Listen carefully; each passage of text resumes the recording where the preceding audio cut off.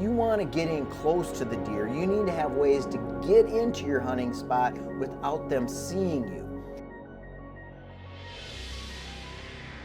It's really important to set up your stand or your blind locations where those deer are traveling normally and relaxed. Close encounters of the deer kind. So many things have to go in to the preparation, the hunt itself, and ultimately the shot process that are going to dictate whether or not you're successful. This is Deer and Deer Hunting TV.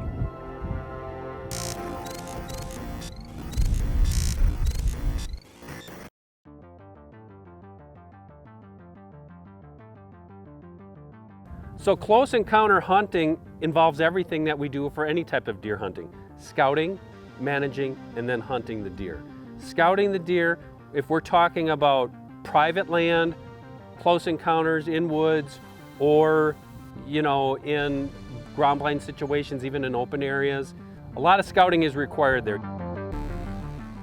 Set up some trail cameras, watch from a distance with a good pair of binoculars, and pay attention to where the deer are moving between woodlots, funnel areas, coming into a food source, where they travel through the food source, where they exit it.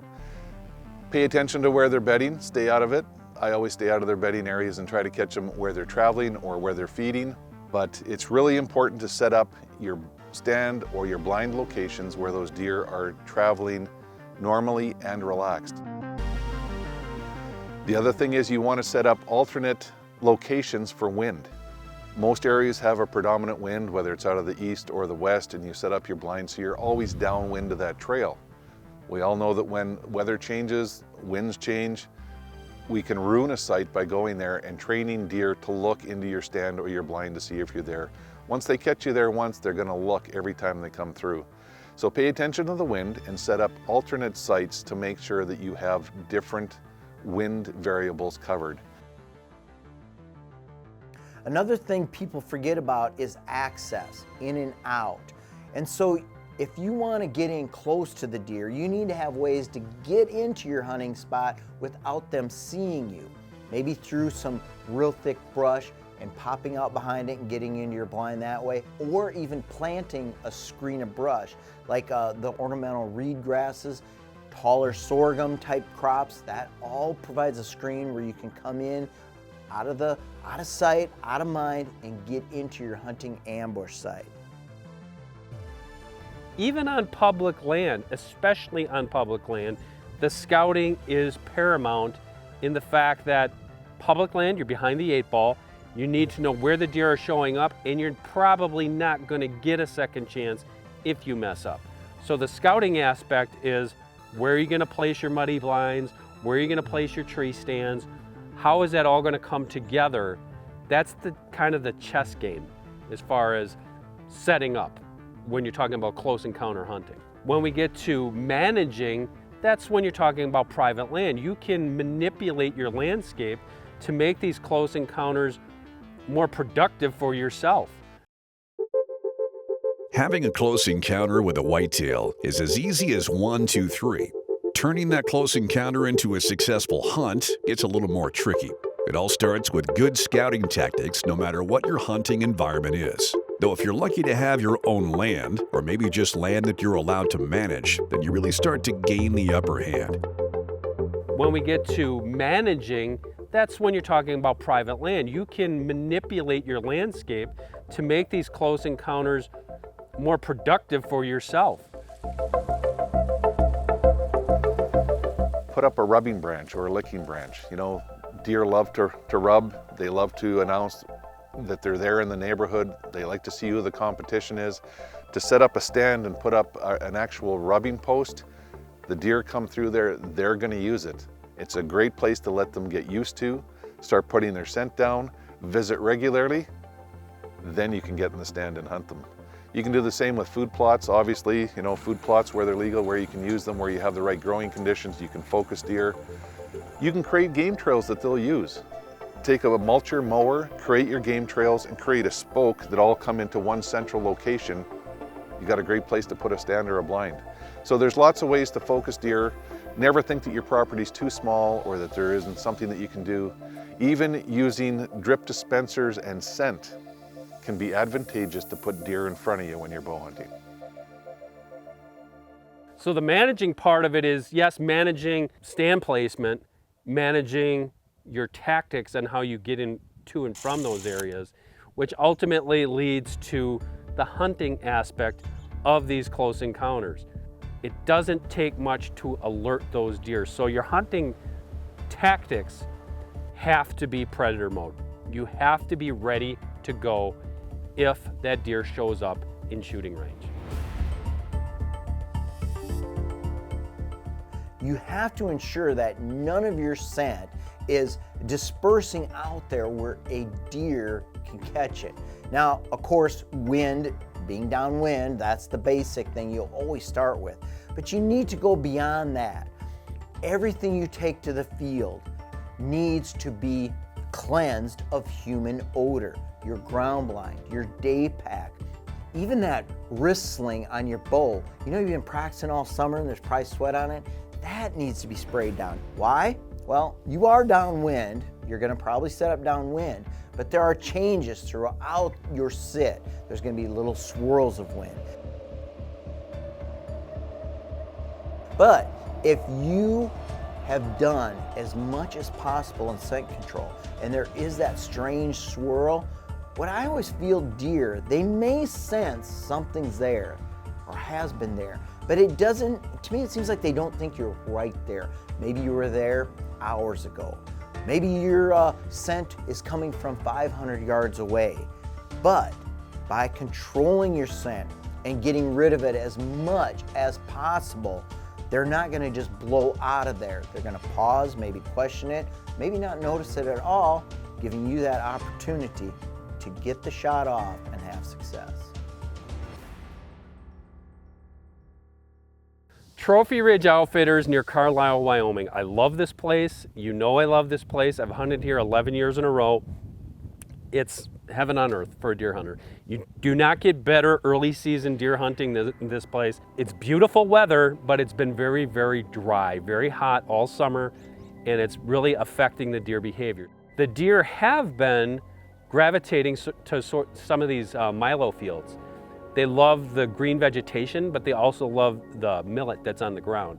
So we're hunting, and lo and behold, you know, on my bucket list has always been a big 6-pointer.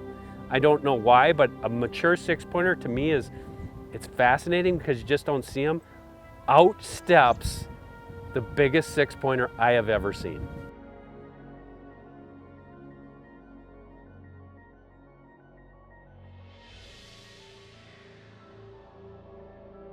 You didn't think we were going to show you how this ended before hitting the commercials, did you? Rookies. Deer and Deer Hunting is brought to you by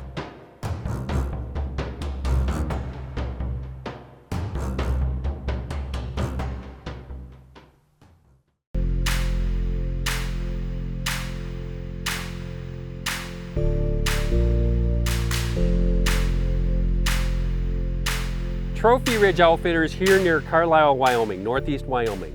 You cannot ask for a better place to have a close encounter with a mature buck during archery season. And you can't ask for a better deer camp than what we have here this week. I'm hunting with fellow outdoor writer Bob Robb. He is a legend. He has done it all. He's a good friend of mine, and we're both trying to get after some mature whitetails. back to that beautiful 6-pointer.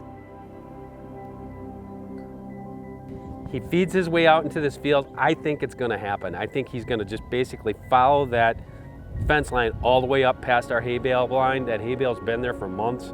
Doesn't bother him at all. Didn't happen that way. We got him up to within about 90 yards, pretty close, not close enough. So we thought, well, you know, that buck, I really would like to hunt him, but we're not going to pass up a bird in the hand, so to speak, on some of these morning hunts, which were in transition areas, which were totally different than the evening spots. Well, that was a bit anticlimactic.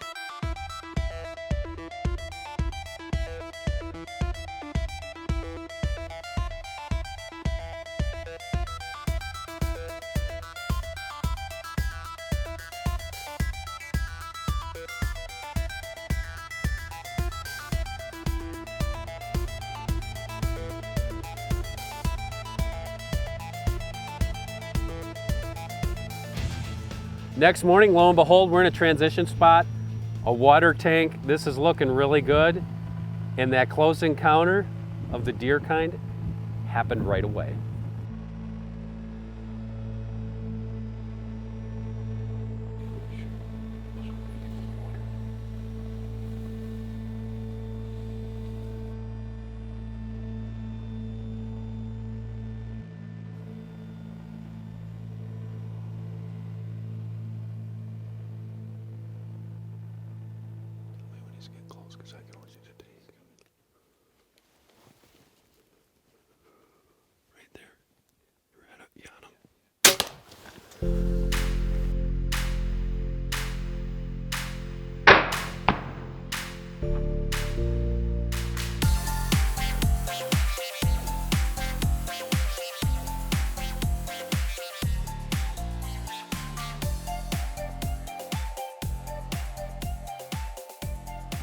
You know, I really wanted that 6-pointer, but hey, I'm Dan Schmidt, you know, and that buck at 15 yards, it had to happen. We just punched our tag. There's no doubt about it. You heard that pop. It was 15 yards. I didn't see him. David saw him. David says, buck, big buck. And they've been coming to this water tank. It's a cow water tank. And it's been so hot and dry that Ralph said, you know, you might want to sit here till 11 if you can handle it. It's going to be 85 degrees today.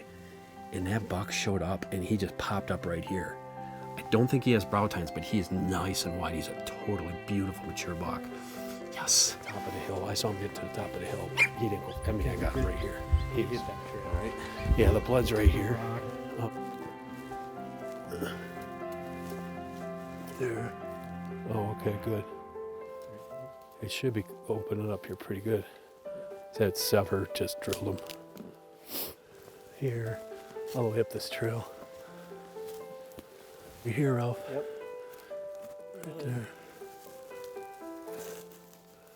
Right there. There he is. Oh, wow. Yeah. Yes. Wow, he did not go far. No. I mean, look at all that blood. That broadhead just opened him wide up. Yeah, I knew he didn't have brow tines, but he's nice and wide. Well, he did exactly what you said. You know, we got in there in the morning. I think it was this buck. He came down right where you dropped us off. David said there's a deer, and I look, and he's 20 yards on the road, circled around, never blew. And then I'm like, well, maybe he'll come back. And then we had some small bucks come in, a doe, and then a pretty 8 that tempted me. But he was only this wide, and he had tall brows. And but that buck knew we were there, and he kept circling. And then David looks up, he says, big buck, and he was right there. I'm coming right down the road. Yeah, 15 maybe, yeah. Look at that. So about that 6-pointer, hey, I didn't get to shoot it, but if you hang around next week, you put Bob Robb in that blind, I'm betting on Bob Robb. All of a sudden we get a text. It's Dan. Big buck down, big buck down. Rather than text back immediately and say, hey, nice job. I look at Larry, I go, hey, that means we can hunt a big 6, right?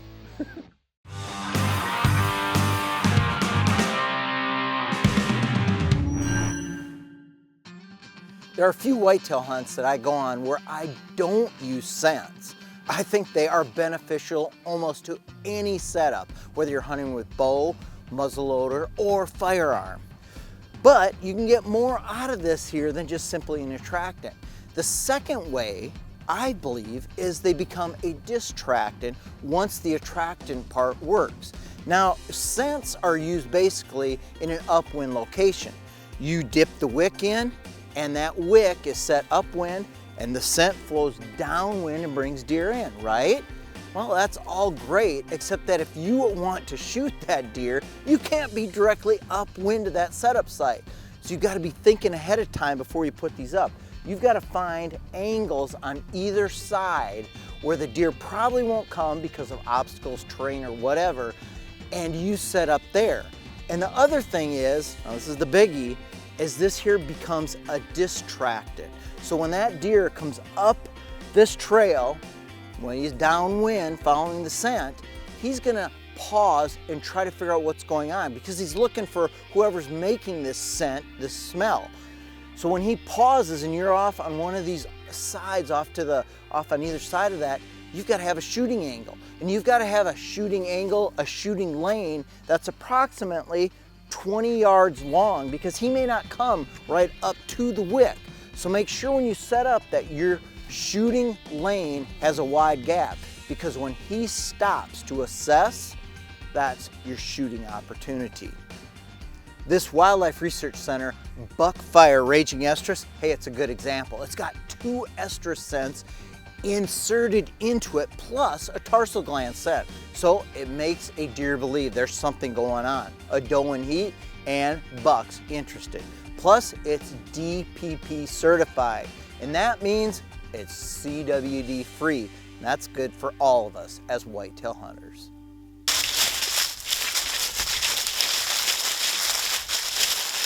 Checking cell cameras, well, it's a job we all have to do as deer hunters these days. It's automatic. It's right there in the business plan. It can be tedious, but one way to do it that I've discovered is to look at a connecting system of cameras that will send images all to one camera. Well, CuddyLink has done that. One of those units has to be the CuddyLink cell camera, and that CuddyLink cell camera then takes all those other cameras and sends them to one area, one login area where you can check all the images. And guess what? It's on one cell plan. Now, these cameras can't just be scattered everywhere across the farm, miles and miles apart. They have to be within 1/4 to 1/2 mile of each other, and then the cellular one has to link to all those. So you can't spread them out like, miles, like I said, but on one big farm, you can have a pretty good series of surveillance going.